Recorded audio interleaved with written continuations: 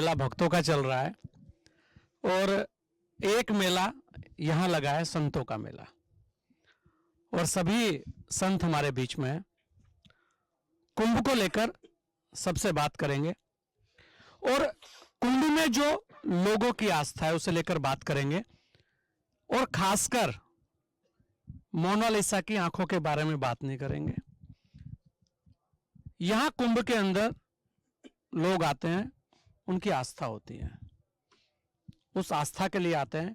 यहां पर आप भी आए, जो भी आए, भारतीय संस्कृति का दर्शन करने के लिए आए, यहां कुछ सीखने के लिए आए और यहां से सीखकर लोगों को सिखाने के लिए आए। इसी पर आज हमारे साथ सभी संत यहां पे हैं और अंतर्राष्ट्रीय कथावाचक संजीव भाई भी हमारे बीच में है। सबसे पहले संजीव जी के पास जाएंगे कि आपको क्या लगता है कि वास्तव में ये कुंभ क्या देके जा रहा है, इस कुंभ से हमें क्या मिल रहा है कि यहाँ पर लगभग जितने भी शिविर लगे हैं सब जगह बड़ी बड़ी कथाएं चल रही हैं, बड़े बड़े यज्ञ चल रहे हैं, उसके बारे में भी आप बताएंगे। क्योंकि मैं देख रहा था लगातार कि यहाँ पर कुछ चर्चाएं ऐसी रही कि किसी ने बात की कि मोनालिसा की आंखें यहाँ पर नजर आ रही है, किसी को यहाँ पर आईआईटीएन बाबा के रूप में नशा नजर आ रहा है, और किसी को यहाँ पर गंदगी नजर आ रही है, और किसी को यहाँ पर अव्यवस्थाओं का दौर नजर आ रहा है। लेकिन वास्तव में यहाँ जो भक्ति का एक अमृत बह रहा है उसे नजर आने के लिए भी लोगों को देखना चाहिए। संजीव भाई। सनातन धर्म का यह है सबसे बड़ा पर्व कुंभ महापर्व।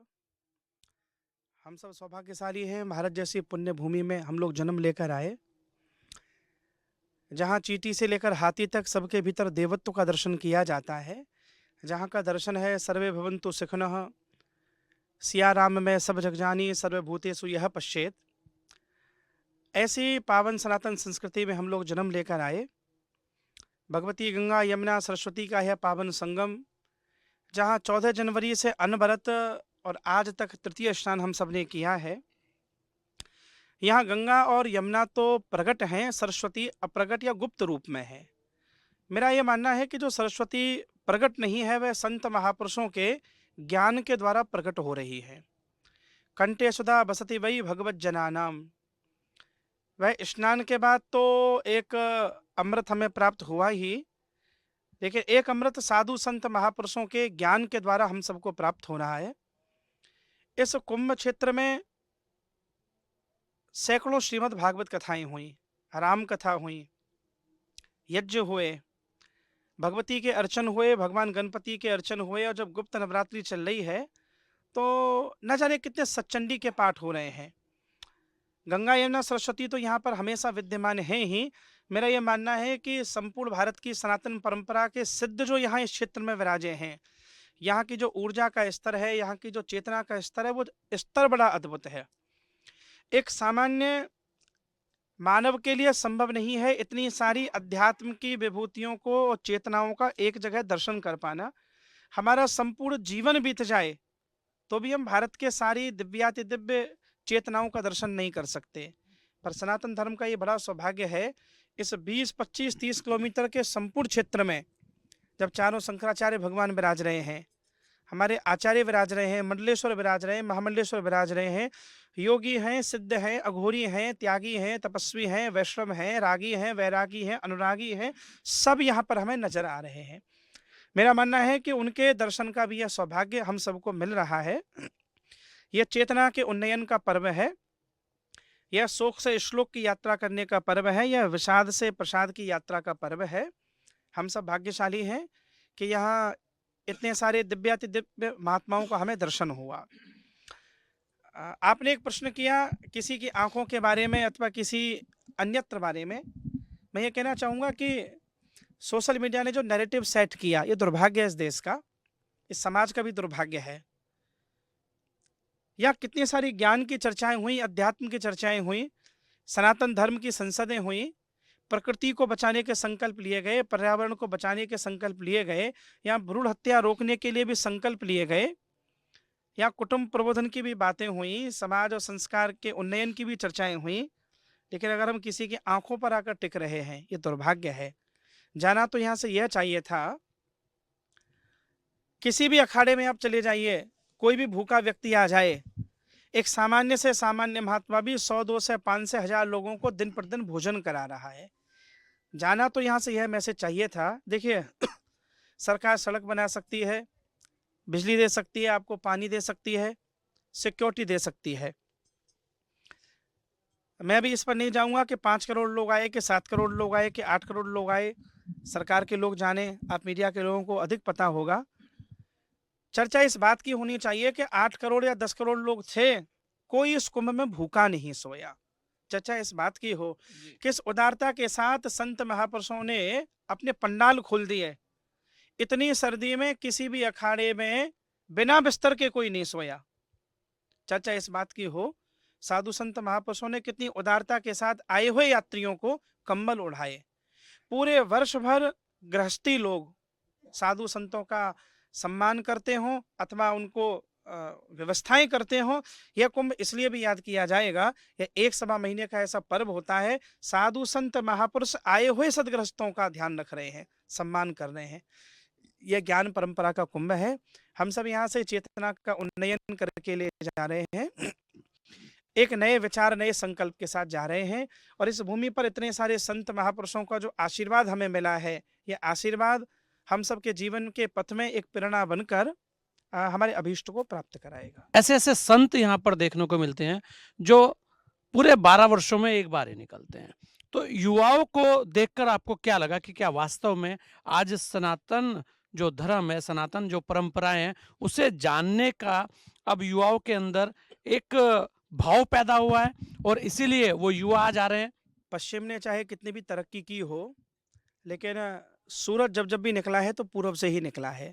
और मैं हमेशा इस बात को मानता हूँ कि जहाँ कहीं भी जीवन की सच्चाई है, जहाँ कहीं भी नई रोशनी छाई है, दुनिया बेशक धर्म कहे, भारत की ही परछाई है।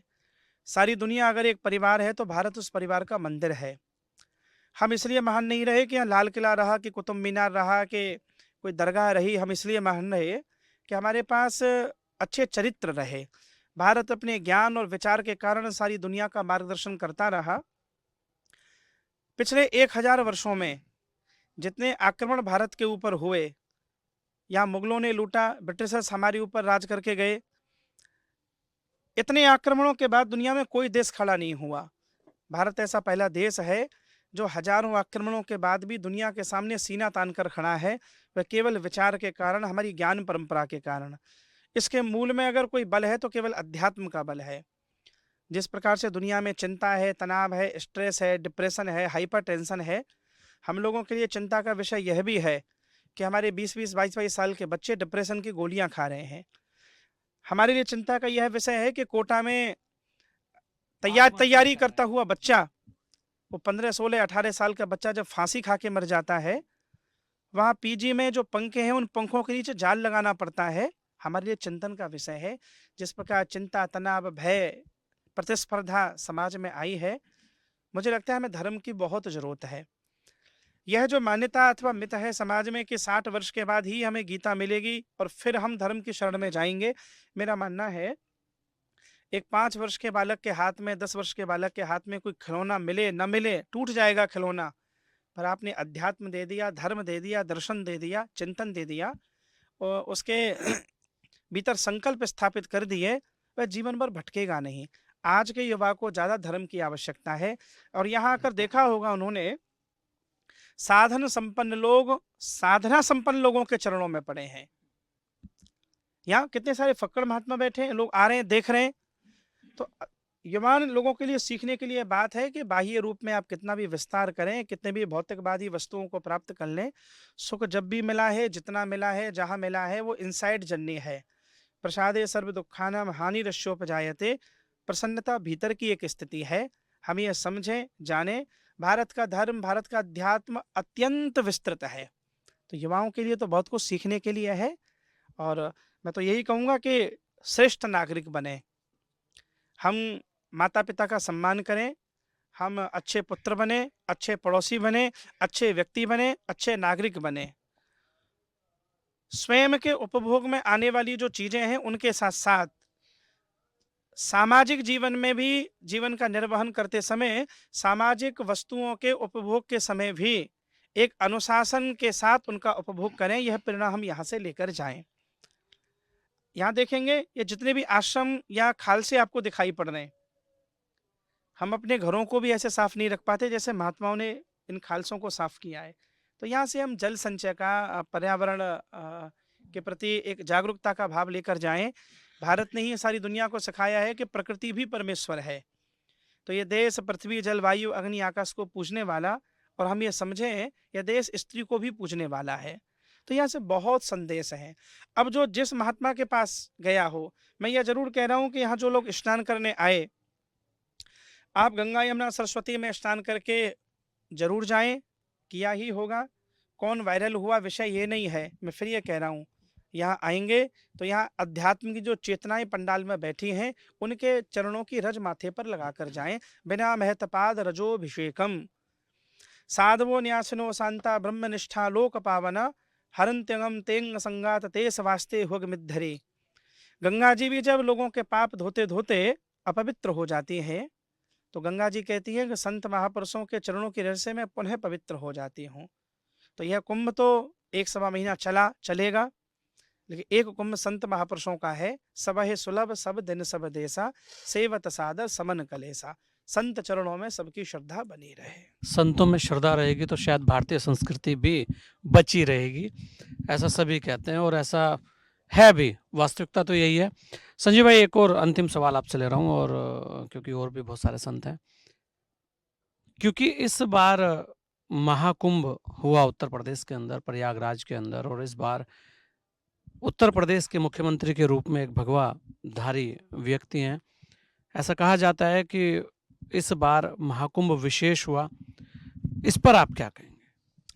निश्चित रूप से उत्तर प्रदेश का ये सौभाग्य है कि एक भगवाधारी गोरक्षपीठ के महंत योगी आदित्यनाथ जी महाराज इस प्रदेश की कुर्सी पर बैठे हैं। मैं कुंभ से पूर्व की भी बात करूं, इस उत्तर प्रदेश को अपराधी प्रदेश के रूप में जाना जाता रहा। मैं खुद मथुरा वृंदावन की भूमि से आता हूं। शायद ही कोई दिन ऐसा होता होगा जब दूसरे तीसरे दिन हम ये नहीं सुनते हों इस आश्रम पर कब्जा कर लिया, इस प्लॉट पर कब्जा कर लिया। हमने वह दौर देखा है। लेकिन मुझे कहते हुए बिल्कुल संकोच नहीं है, और कोई अगर यह मानता है कि मैं सत्ता की प्रशंसा कर रहा हूं, तो मैं इसे स्वीकार करता हूं कि मैं कर रहा हूं। हम 7-8 वर्षों में हमने अपराध मुक्त उत्तर प्रदेश देखा है। हमारे वृंदावन, मथुरा में, अयोध्या में कहीं चले जाइए, कोई प्लॉट पर कब्जा करने की हिम्मत नहीं करता। उन्होंने एक भयमुक्त प्रशासन दिया है। पर ओवरऑल अगर मैं ये कहूँगा कि ईश्वर की कृपा से ये कुंभ सकुशल संपन्न होने जा रहा है। सरकार भी धन्यवाद की पात्र है। ये संत महापुरुष महंत मंडलेश्वर भी धन्यवाद के पात्र हैं। कोई भी कार्यक्रम आयोजन तभी संपन्न होता है जब सब उसमें सहयोगी बने। मैं भारत की धर्मनिष्ठ जनता को भी धन्यवाद दूंगा। आप 10 किलोमीटर भी पैदल चले, 15 किलोमीटर भी चले, 25 किलोमीटर भी पैदल चले, लेकिन वास्तव में तप आपने भी किया है। हम लोगों से ज़्यादा तप तो भारत की जनता का है। आप अपने बैगों को लेके 15-15 किलोमीटर चले, पर सही बात तो यह है आप बहुत पुण्य के भागी हैं। हम सबका कर्तव्य था यह कुंभ आनंद से संपन्न हो, पर यह कुंभ मेरी दृष्टि में भगवत कृपा से, संतों के आशीर्वाद से, भारत की जनता के समर्पण और त्याग से, मैं सबसे ज़्यादा धन्यवाद दूंगा तो भारत की जनता को भी दूंगा। उन्होंने भी व्यवस्था को बनाए रखा। और हमारे उत्तर प्रदेश के मुख्यमंत्री श्री योगी आदित्यनाथ जी, वह भी बधाई के पात्र हैं। और उत्तर प्रदेश की पुलिस, मैं यहाँ सीआरपीएफ भी देख रहा हूँ, सब बधाई के पात्र हैं जो यहाँ पर आए। भगवान से ये प्रार्थना है कि सब सकुशल अपने अपने घरों पर पहुँच जाएं, ऐसी गंगा मैया से प्रार्थना है। बहुत बहुत धन्यवाद संजीव भाई।